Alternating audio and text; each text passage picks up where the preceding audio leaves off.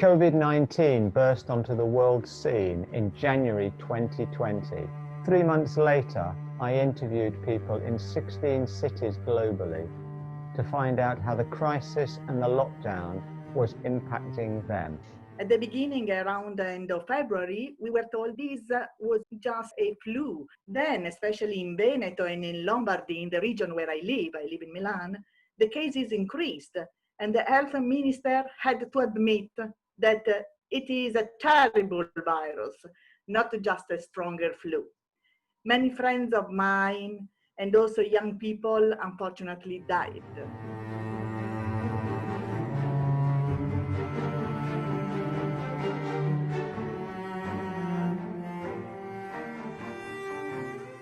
Italy was the first country to implement a national lockdown on the 9th of March, closely followed by Spain.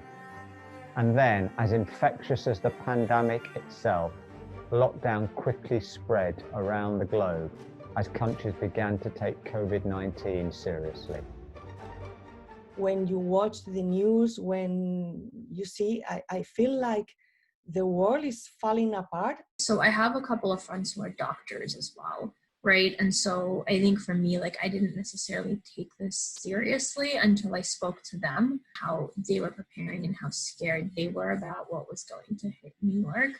Very beginning, one of my two brothers was hospitalized with pneumonia, with the virus, and it was really a shock. And you know, we are Mediterranean, so for us, hugs, kisses, touching each other is really important for us.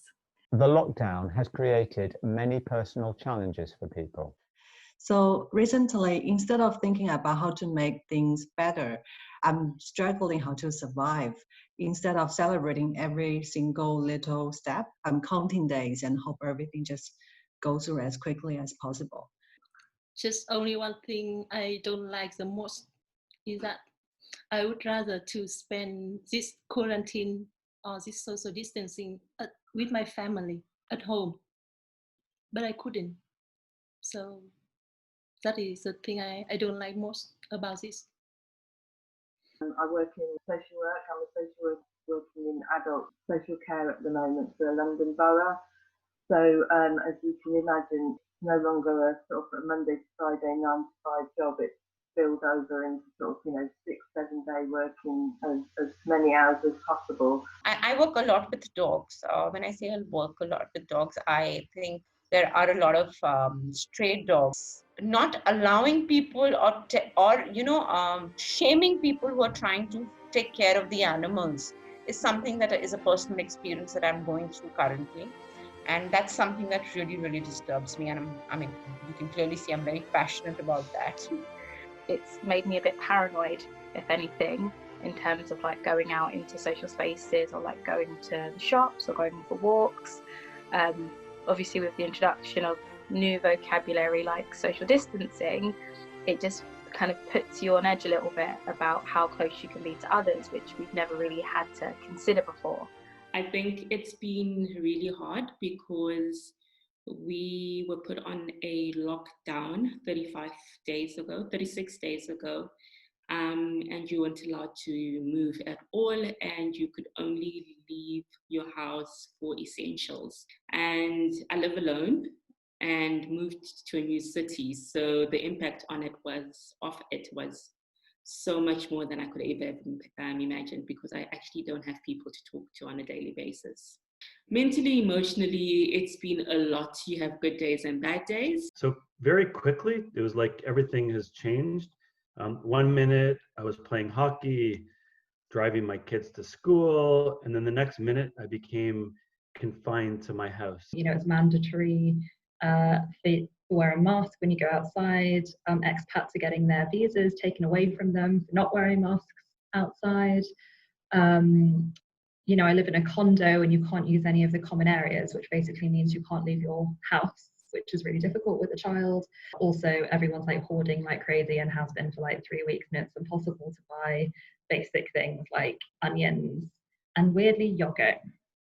Suddenly, I also don't have any employees at home, so everything must be done by me and my family, which is interesting because On one side, it generates lots of work, but on the other side, on the flip side, it also generates some sort of like consciousness about home and your house and the things that need to be done. And 3 kids, and so while we really like being around each other, sometimes you just need your own space. So my wife and I have sort of just got into the car and taken drives really to nowhere, just to sometimes escape being in the house. I have a small baby as well.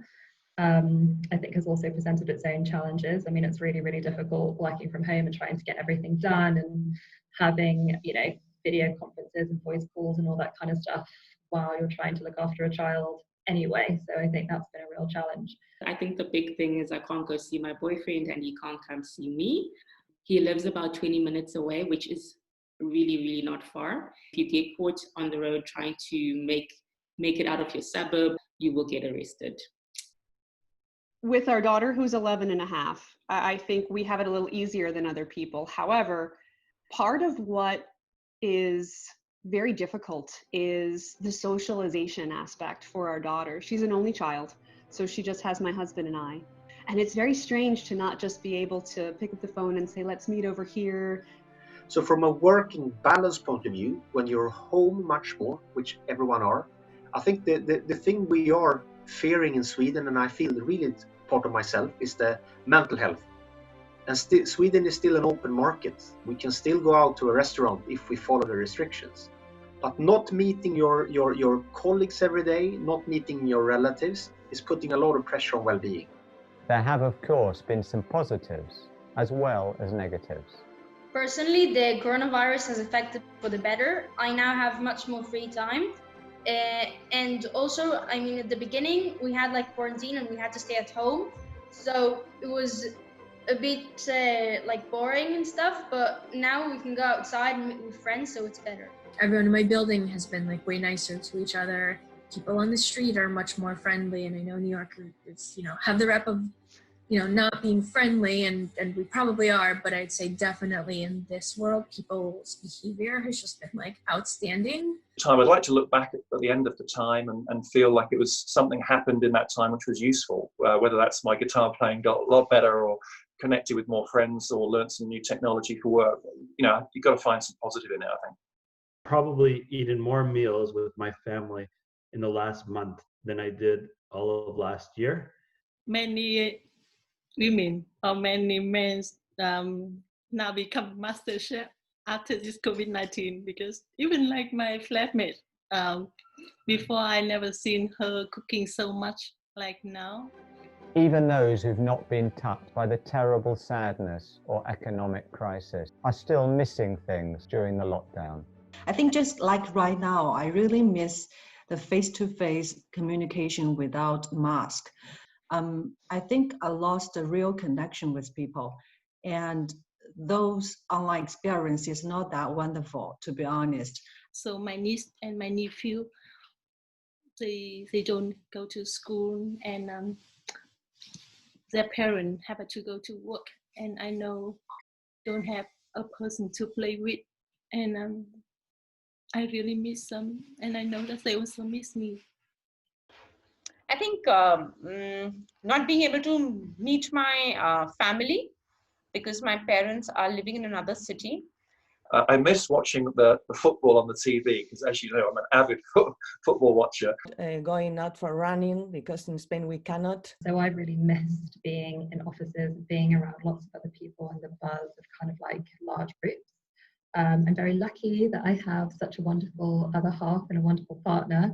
But there's only so much that you can talk about with one other person before you've kind of done all of your stories like a million times. So I definitely miss being around other people. What I miss the most is being outside, like cultural life and concerts and theater and going to a bookstore and this kind of things. There is a mixed response in terms of how people think their governments are coping with the crisis. The government reacted very, very late because we all saw what was happened in Italy I think the government has done a great job, both in support of economy, but also putting responsibility on the inhabitants of Sweden. We took the learnings that the other countries had, that we should be going into lockdown, and we implemented them fairly quickly. The federal government, I think, have done really well in the sense that early on they said that anyone that's coming into Australia has to go into a mandatory 2 weeks in a hotel for quarantine, and you literally get marched off by the army and the police to a hotel. In general, I think they did a really good job. Now, I mean, we have really low new patients, around 10 people a day. I think what has been done within China could only work in China. They've done a lot. They've done a lot of good things, and I know that some of the things that they're struggling with are because it's a pandemic and everybody's trying to get hold of the same stuff. The thing that I still don't understand is that we had the heads up. We sat here for 3+ weeks watching Italy, thinking, "Oh gosh, isn't that terrible?" But they didn't do anything. Well, we haven't been instructed to inject bleach. It was quite extreme for us because they banned all alcohol sales, so we haven't been able to sell or buy alcohol for the past 35 days. I think the government has done really, really well here, and they're part of the reason I feel so lucky to be in Singapore at the moment, is the fact that they've basically clamped down on everyone's data and kind of stalking everyone and spying on everyone's movements, and that's part of the reason that it's all working quite well at the moment. So for example, if you get told to be in quarantine or stay at home here, you have to send pictures of where you are every half an hour. They have a tracking device on your phone so that they can follow your movements and they know if you've left the house or not. And then also everyone has an app on their phone that's kind of embedded in that tracks their location, which helps with contact tracing, which is amazing technology. And definitely I think will be used for evil after this is all over.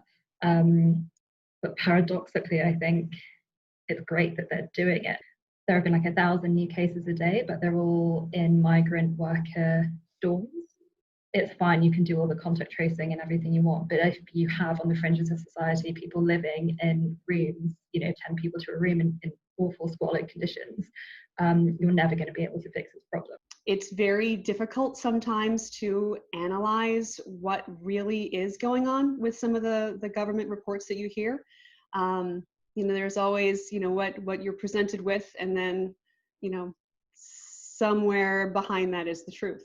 So, what do we really know? How could they really have handled it better? I think that Brazilian government has been an absolute and utter disaster. Despite the crisis, people have lots of positive stories to tell. Too many to include them all in this short extract. One of my neighbors has started a local radio, but very, very local, just for us. And after the everyday applauses at 8 p.m., she plays the music that the neighbors ask her for. I really want to thank all the delivery people in the city. I've seen lots of news and stories afterwards that many of them, they didn't do this just for the extra money, actually. They wanted to contribute to help others from what they could do. I saw how between two small backyards of two neighboring houses, they played tennis. There was a news story just last night about a gentleman who took his entire stimulus check and had a huge cookout for his neighborhood. It was in a neighborhood that a lot of folks had lost jobs. There was a lot of hardship, and just the joy in his face of being able to say, I took $1,200 and I bought as much food as I could, and I just kept cooking and fed so many people. Collection of food for needy people and homeless. We placed a statement at the entrance of the supermarket and on baskets placed around the city. The statement said, if you can, give. If you can't, take. It's for you. A good friend of mine has a clothing business, but now she's making masks and she's sending them to anyone who needs a mask for free. All she's asking is that people donate a few dollars to the local food bank. If every experience is an opportunity to learn, How might society benefit from this crisis? Regarding society and people, I don't think we are going to change much. Some of my friends joke that it is a natural filtering of Mother Nature. So she wants to choose the right member to be on Earth. But I don't want to think like that, because there are some very kind and good people died. I think what I'm happy the most is the positive impact on the environment. We cannot see the dolphin anymore during many years in the past. And now after the COVID-19, we can see very big schools of dolphin come very close to the shore. Sometimes they even cannot escape. I think more and more people turn to virtual world for comfort and reassurance. And there's a video game which is very popular, tremendously popular here in China. It's an ideal imaginary paradise for everyone. Players could create their own house and pretend everything is perfect. The evolution of the human race is the worst thing that's happened to the planet. And we would go back to our old ways. I'm really into like the apocalyptic genre anyway. I've kind of been expecting this to happen for a really long time. I kind of feel like this is going to happen again, whether that's sort of brought on by climate change or whether that's more pandemics. And I'm grateful that this is really bad, but maybe not as bad as it could have been. And I think the positive thing is that hopefully this means that people are better prepared and more prepped. I think people will start to appreciate the work of the medical staff. And in Israel especially, the budget is very low for the health ministry. So I think that now they will learn the lesson and they would put more money into the health service. And I think in both those cases, with the bushfires and the virus, they go to a question which I think is the key question of our time, which is how do you have a successful economy which pays for all the things you want and be sustainable, in terms of the environment? And I'm hoping that, one of the things that's happened now is people are not commuting into work. There's less pollution in all cities around the world. I'm just hoping, can we maintain a bit of that? We come from an industrial area when people could only do the work when they were standing with the machine. And I'm sure there is some kind of history in big companies that being at the office is some kind of control. Good people, engaged people, loyal people will always do a good job. Doesn't matter where they are. And I think this is, I think that's a lovely wake-up call for many big companies. What is it about this lockdown that has kind of awakened other things inside of us, where we realize, we can do these other things. We can do them from home. We can be more productive. It's going to be really interesting to see what the new normal is.